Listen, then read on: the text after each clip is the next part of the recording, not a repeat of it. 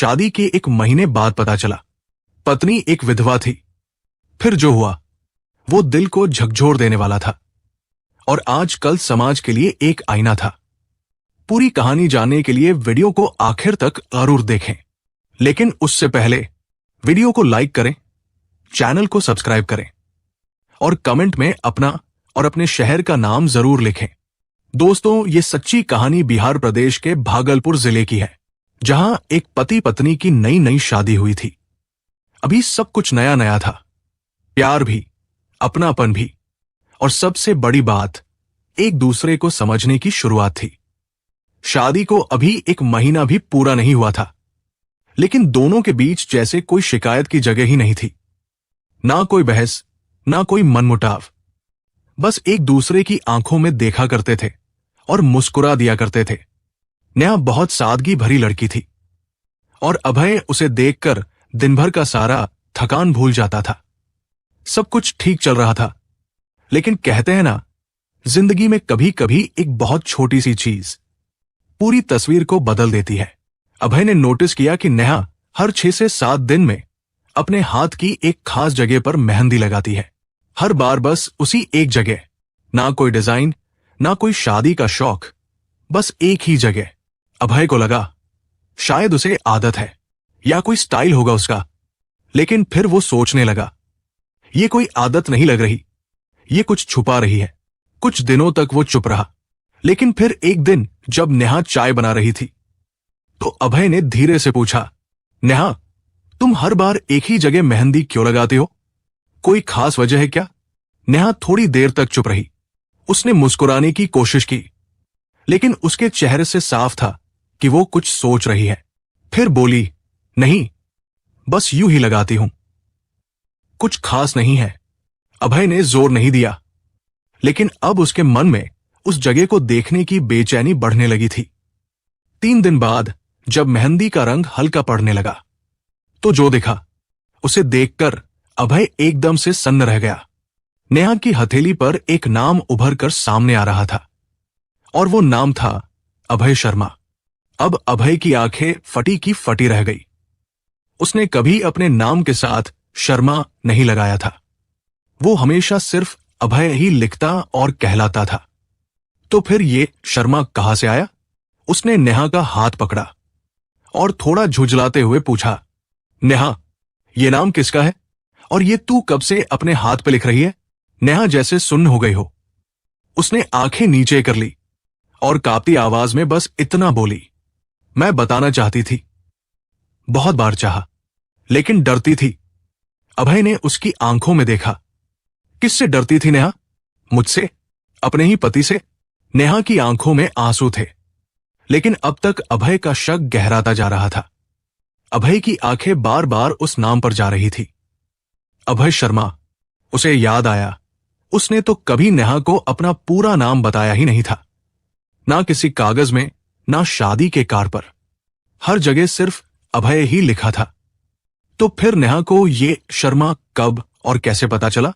और अगर पता भी चल गया था तो उस नाम को छुपाने की जरूरत क्यों थी? अब उसका शक धीरे धीरे गुस्से में बदलने लगा था। उसने फिर से नेहा से पूछा, नेहा, ये कौन है अभय शर्मा? तू क्यों हर बार इस नाम को मेहंदी से ढकती रही? और सबसे बड़ा सवाल, ये नाम तूने लिखवाया कब था? नेहा ने बहुत धीरे से जवाब दिया, अभय, ये नाम तुम्हारा ही है। मैंने तभी लिखवाया था जब आपने मुझे प्रपोज किया था, बस एक निशानी के तौर पर। लेकिन अभय की आंखों में अब भरोसे की जगह सवाल थे। वो उठ खड़ा हुआ और बोला, मेरे नाम के पीछे कभी भी शर्मा नहीं लगता नेहा। मैं आज तक किसी भी कागज पर शर्मा नहीं लिखता। तो फिर तू झूठ क्यों बोल रही है? नेहा चुप रही, आंखें भीगी थी, लेकिन वो कुछ नहीं बोल पाई। अभय ने पूरा दिन चुपचाप निकाला। ना उसने नेहा से बात की, ना किसी से कुछ कहा। अगली सुबह जैसे ही वो ऑफिस जाने को निकला, उसका मन बहुत बेचैन था। उसे अब सच्चाई जाननी थी, किसी भी कीमत पर। वो सीधा अपने मोबाइल से नंबर मिलाता है और कॉल करता है नेहा की भाभी रीमा दीदी को। कॉल उठाते ही वो बोलता है, दीदी, अगर मैं आपसे कुछ पूछूं तो क्या आप सच सच बताओगी? रीमा थोड़ी घबरा जाती है, लेकिन कहती है, अरे हां अभय, बताओ क्या बात है, सब ठीक है ना? अभय अब जरा भी घुमा फिराकर बात नहीं करता। नेहा के हाथ पर एक नाम लिखा था, अभय शर्मा। और आप अच्छे से जानती हैं कि मेरा नाम सिर्फ अभय है, शर्मा कभी नहीं था। अब आप बताओ दीदी, वो नाम किसका है? फोन की दूसरी तरफ चुप्पी थी, गहरी, भारी और डरावनी चुप्पी। कुछ पल बाद रीमा दीदी ने कहा, अभय देखो, जो बात मैं बताने जा रही हूं वो शायद तुम्हें तकलीफ दे, लेकिन तुमने सच जानने को कहा है तो। अभय की सांसें तेज होने लगी और फिर रीमा दीदी ने एक राज खोला जो अभय की पूरी सोच ही हिला देने वाला था। फोन पर कुछ पल की चुप्पी के बाद रीमा दीदी ने बहुत धीमी आवाज में कहा, अभय, जो नाम तूने नेहा के हाथ पर देखा वो सिर्फ नाम नहीं था, वो उसकी जिंदगी का एक अधूरा सच है जिसे वो कभी चाहकर भी भूल नहीं पाई। अभय की आंखें भर आई थी, लेकिन उसने खुद को संभालते हुए पूछा, कौन था वो? और ये बात आज तक मुझसे क्यों छुपाई गई? रीमा दीदी ने एक लंबी सांस ली और बोली, अभय शर्मा नेहा का पहला पति था। उन दोनों की शादी तब हुई थी जब नेहा सिर्फ 22 साल की थी। बहुत शांत और सरल जिंदगी थी उसकी, लेकिन फिर आया कोरोना का दौर और नेहा की वो शादी 3 साल के अंदर ही टूट गई, क्योंकि अभय शर्मा की उसी महामारी में मौत हो गई थी। अब अभय बिल्कुल चुप था, ना कुछ पूछा, ना कुछ बोला, जैसे किसी ने उसकी छाती पर पत्थर रख दिया हो। फोन के उस पार रीमा दीदी बोलती रही, उसके बाद नेहा पूरी तरह टूट चुकी थी। किसी से बात नहीं करती थी, खाना नहीं खाती थी, और जब हमने उसे समझा बुझाकर नौकरी के लिए बाहर भेजा तो वही तुम्हारी कंपनी में तुम्हारी उससे मुलाकात हुई। जब तुमने उसे प्रपोज किया था ना अभय, वो तुम्हें मना करना चाहती थी, क्योंकि उसे लगता था कि वो किसी और के नाम की कहानी बन चुकी है। लेकिन जब तूने उससे सच्चा प्यार किया तो पहली बार उसकी आंखों में फिर से चमक आई, और उसी दिन नेहा ने तुम्हारा नाम अपने हाथ पर लिखवा लिया। लेकिन आदतन वो लिख बैठी, अभय शर्मा, और जब उसने वो लिखा तो उसके हाथ ने पुराने नाम को दोबारा जगा दिया, और वो डर गई कि कहीं तू उस नाम को देखकर उसे छोड़ ना दे। हमने भी कहा था, तू मत बता ये बात, क्योंकि तू अब उसकी नई जिंदगी है और वो तुझे खोना नहीं चाहती थी। अभय की आंखों से आंसू गिरने लगे थे, पर अब गुस्सा नहीं था, बस एक भारीपन था जो उसके सीने पर बैठ गया था।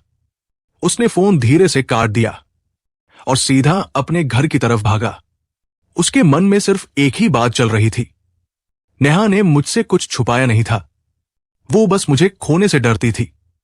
लेकिन जब वो घर पहुंचा तो जो नजारा सामने था, उसने उसके पैरों तले से जमीन खींच दी।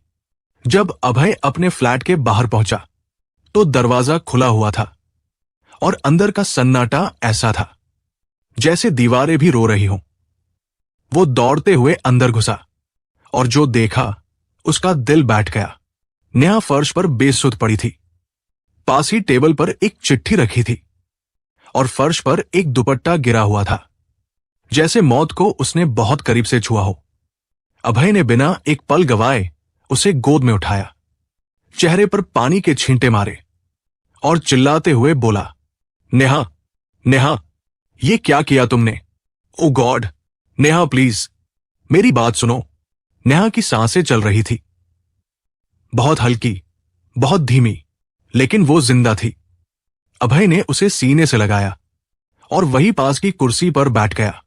उसकी नजर अब पास रखी उस चिट्ठी पर पड़ी जिसे नेहा ने लिखी थी। अंतिम बार अभय ने कांपते हाथों से उसे उठाया और पढ़ने लगा। अभय, मैं जानती हूं कि तुम अब मुझसे नफरत करने लगे होगे और शायद इस नाम को देखकर तुम्हारा भरोसा भी टूट गया होगा, लेकिन ये नाम कभी मैंने धोखे से नहीं छुपाया, बल्कि मैंने उसे दबाया ताकि मैं तुम्हारे साथ नई शुरुआत कर सकूं। मैंने तुम्हारा नाम ही लिखा था, लेकिन आदतन वो नाम जो मेरी हथेली पर कभी लिखा गया था वो फिर से उभर आया, और तुमने जब उस पर सवाल किया तो मेरा डर सच हो गया। अभय, मैं तुमसे बहुत प्यार करती हूं, लेकिन अब जब ये बात तुम्हें पता चल ही गई है तो मैं तुम्हारे सामने शर्मिंदा नहीं होना चाहती, इसलिए जा रही हूं। लेकिन जाते जाते एक बात बोलना चाहती हूं। तुम मेरे लिए सिर्फ पति नहीं थे, तुम मेरी दूसरी जिंदगी थे, और मैं इसी जिंदगी के नाम अपनी आखिरी सांस लिख रही हूं। चिट्ठी यही खत्म होती है, लेकिन अभय के आंसू नहीं। उसने नेहा को कसकर गले से लगा लिया। पागल है क्या तू? ये कर रही थी तू?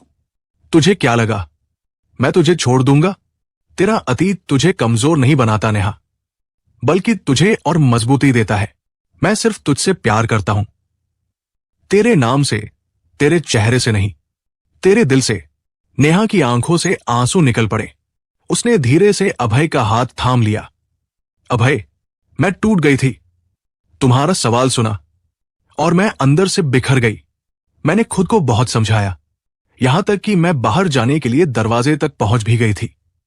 लेकिन जैसे ही दरवाजा खोला, तुम्हारा चेहरा मेरी आंखों के सामने आ गया और मैंने सोच लिया कि अगर तुम नहीं रहे तो इस जिंदगी का क्या मतलब।